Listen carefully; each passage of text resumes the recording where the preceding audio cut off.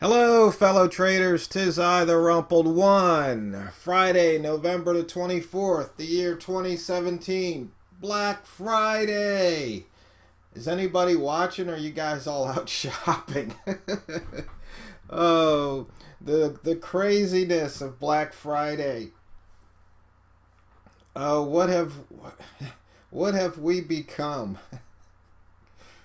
Civilization. You gotta laugh. Anyway, let's get on with the weekly wrap up, and I'm going to probably answer a few questions and go over a couple of things that people have asked about. Okay, let's just look here. The weekly open. You can see once again, if you were looking at the weekly open trade here, you'd be up almost 100 pips if you took that trade today. Once again, simple trade. And here, if you saw, it also came out of the weekly lower wick zone. You'd be up 90 pips if you took that trade. And if you took the buy zone trade on the daily, you'd be up, but we can look at that on another picture right here. Daily open, boom. And let's see, let's go back to here, and we finally got that gap to fill on the euro pound. Finally it filled. There's your weekly open, and there's last week's close, and you can see it filled the gap today. Almost filled it here, but not quite. So the gap fill paid off across the board.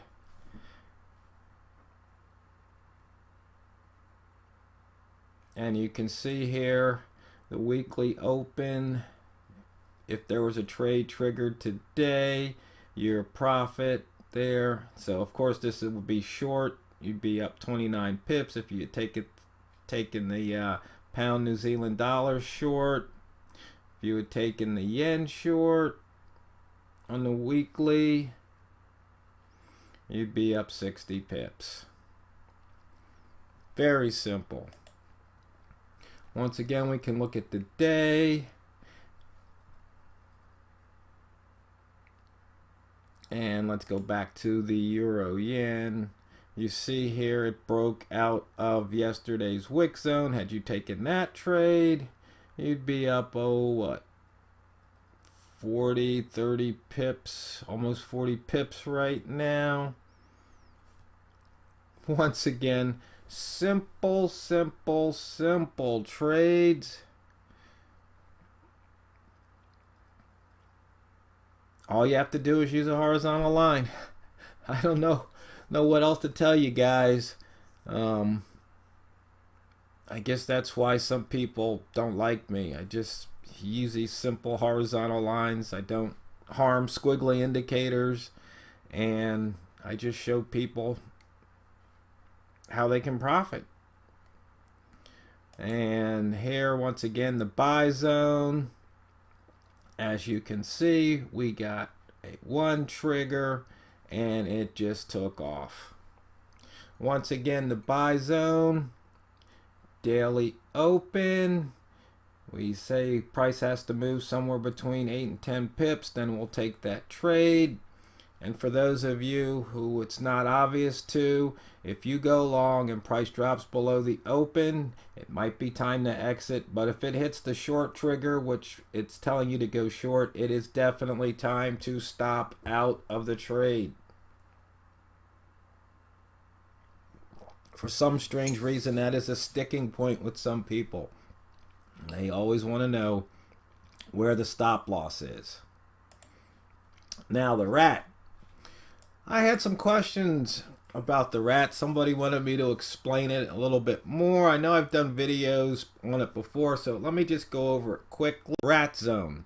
Let me show you where the rat zone came from. Right here. And in fact, where it actually came from, I had been looking at pound dollar charts and daily charts, and if you notice something, you can see the wicks are pretty big. I mean, look at the size of these wicks. You know, when you compare the size of the wicks to the body, you can see in most cases they're pretty large. So what I did was I wrote a frequency distribution indicator. And that's where it all came from. This is where it all started. And I noticed something. If you look here, over the past 100 days, at the end of the day, close minus low, between 0 and 9 pips, only 5 times. Between 10 and 19 pips, 17 times. You add those two, that's 22 times. So that means 78 times out of 100.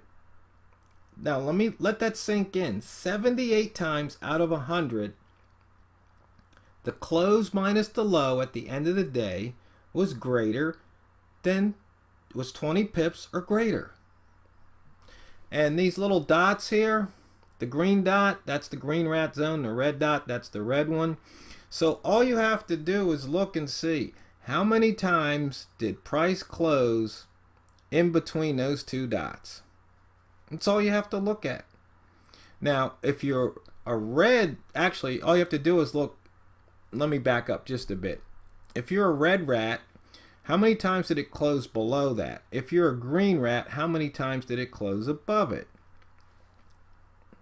Okay, and you can see sometimes it doesn't close between it. So if you were a green rat here and you went long there, well, you would have sustained either a loss if you didn't want to hold it, or you had to sustain some drawdown before you made profit the next day.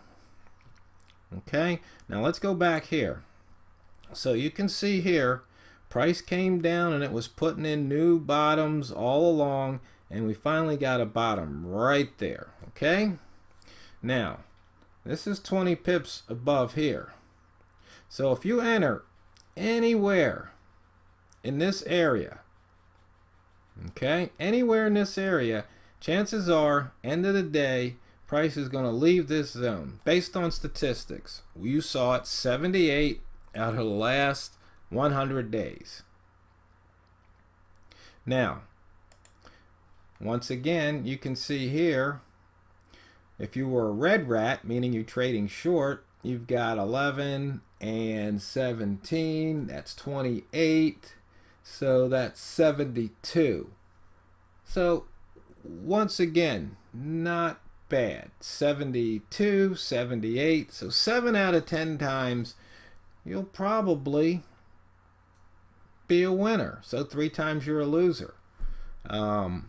Even if you did break even, let's see. If you did break even 1-to-1 risk reward and you took that trade, so 7 wins, 3 losses, 3 from 7 leaves 4, so you'd be ahead 4. That's not too shabby. Not too shabby at all. I mean, it seems pretty simple. Now, the other thing you have to remember, this is when the ship sails.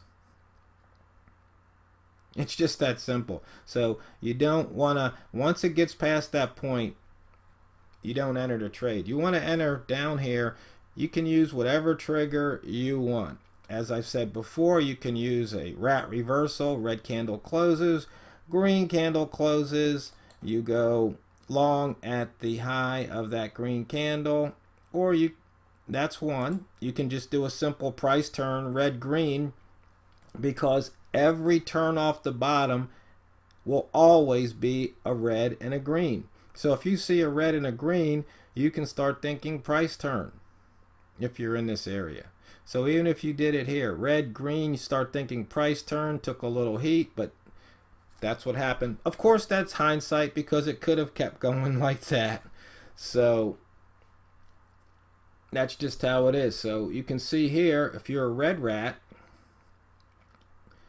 you can start thinking about going short. So even here, green closed, red closed.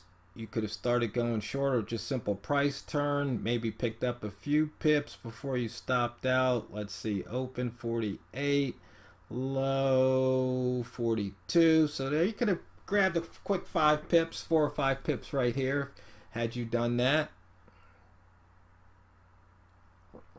Because chances are you would have went in on the open and the price dipped down, then started to reverse on you, so you can exit out. Once again, not that difficult. And as I said, this is based on statistics. Okay, statistics deal with the past, probability deals with the future. So I'm not saying that this has a 70% probability. No, what I'm saying is, statistically speaking, it has a 70%. It has gone up 8 and 7 and gone down 72 times. So once again, using these simple indicators here, you can see this is something I wrote years ago. In fact, this is probably an updated version because I wrote the frequency distribution a lot longer ago than that, probably around 2008, 2009. And you see the simple little rat dot indicator that just plots the rat dots. And so you can see here, looking here at these days, if you're taking that short, that short, that short, that short, and here's one where if you had taken this short, it would have been a big one. Here, probably never got a short trigger, but let's just call that a loser just to make some people happy. They don't like to see wins. But these others, you can see here, a tiny, tiny win. You can call that one a loser if you want. But as you can see, a lot more winners than losers. So we've already gone over the ratio. So I hope that answers the rat zone question. Back here, let me switch back to the euro yen. I like to try and stick with one pair for the entire week, so you can see you don't have to look for the pair du jour, the pair of the day, or what's hot and all that other stuff. You can simply trade the same pair for the entire week, and actually doing that is going to put the statistics in your favor, because then you're not going to miss the profit on the pair you're trading, because you have switched pairs. It's being focused. And once again, the wick zone trade here, it busted out of the wick zone. It should be obvious to the viewer, right? And finally, just on the pure price action and horizontal line crosses, I mean, you can almost say, yeah, you wait for a dot, then it crosses a line, you go there, or a 2 ball or 1 ball, and you can see here, price stayed in here, and finally it did a breakout. You can see a lower low, a higher low, broke the high of the previous candle. You can take that long, and then the rest is history. That's just a simple trade. We can look at my the one I like to trade the most now, the dollar yen. It's pretty disciplined, but you can see here the same thing. Came down, put in a 3 ball, lower low, higher low. Okay, right there, another higher low, breaks that high. You might have taken some heat, and finally, and for if you're just trading a simple horizontal line trade, you would have triggered here long, taken you an hour or so, and then you could have taken a 10 pip or more profit, or still be in the trade there. Once again, it's not that difficult. And as always, fellow traders, it's not what you trade, it's how you trade it. TheRumpledOne signing off. It's Black Friday. Let's go shopping. Just kidding. Let's go drain the banks.